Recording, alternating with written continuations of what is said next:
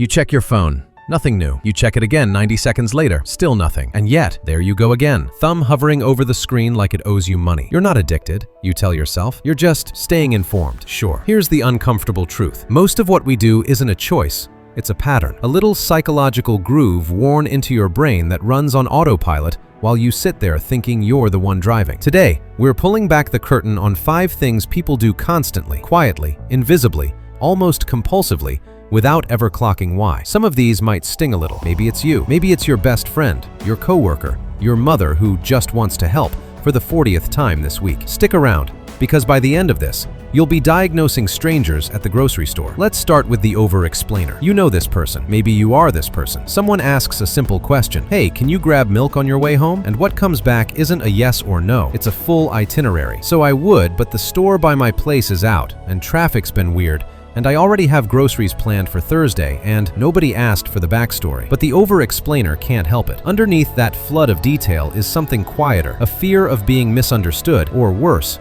judged. Psychologists link this to something called rejection sensitivity, a heightened alertness to any sign that someone might think less of you. So the brain compensates by pre-defending itself, stacking justifications before anyone's even accused you of anything. It's exhausting, honestly, both to do and to witness. Ask yourself, when someone asks you something simple, do you answer or do you build a legal case? Then there's the apologizer, not the "I'm sorry I broke your vase" kind, the reflexive kind. Someone bumps into them and they say sorry. They ask a coworker a question and they open with, "Sorry, quick thing." They didn't do anything wrong. They just apologize into existence, like it's a social lubricant they can't stop pouring. This one's fascinating because it's rarely about guilt. It's about space. Some people have quietly learned, somewhere along the way, that taking up space, asking, needing, existing, requires an apology up front, a tiny toll paid before entering the room. Therapists sometimes trace this back to environments where a person's needs felt like an inconvenience to others. So the sorry becomes armor, a preemptive softening. And here's the twist. The people who apologize the most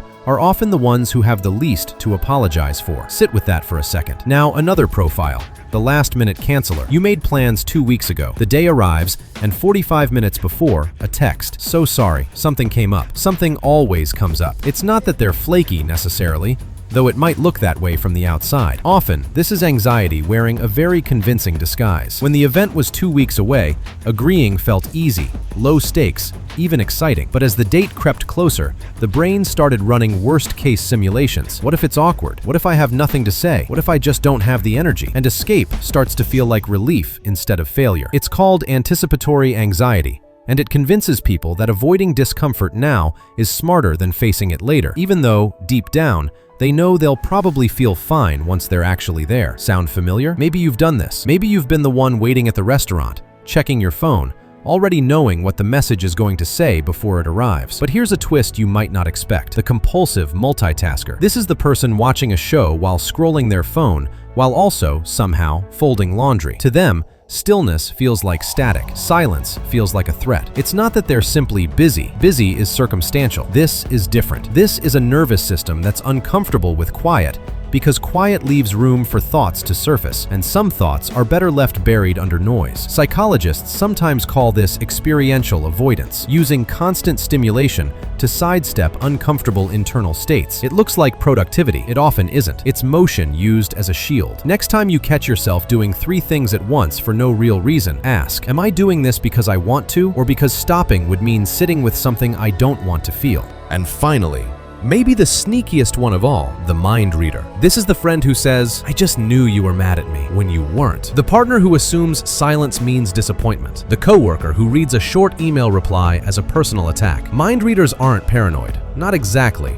They're pattern matching. Their brain has learned, somewhere, that ambiguity is dangerous. So instead of tolerating uncertainty, it fills in the blanks, usually with the worst possible story. This is a classic cognitive distortion, and it's remarkably common, because uncertainty is uncomfortable, and a bad explanation often feels better to the brain than no explanation at all. The tricky part? Once the story is written, it feels like fact, not a guess, a certainty, and that's the danger. Have you ever been just sure someone was upset with you and been completely wrong? So here we are, the over-explainer, the apologizer, the canceller, the multitasker, the mind reader. 5 patterns quietly running in the background of ordinary lives, dressed up as personality quirks when really, they're coping mechanisms wearing a disguise. None of them make you broken. If anything, they make you human, Because every single one of these behaviors started as a smart solution to some old problem. The apology once kept the peace. The over-explaining once prevented conflict. The cancellations once protected you from a bad night. The mind reading once helped you brace for pain before it hit. Your brain wasn't malfunctioning, it was adapting. The real question isn't whether you do one of these.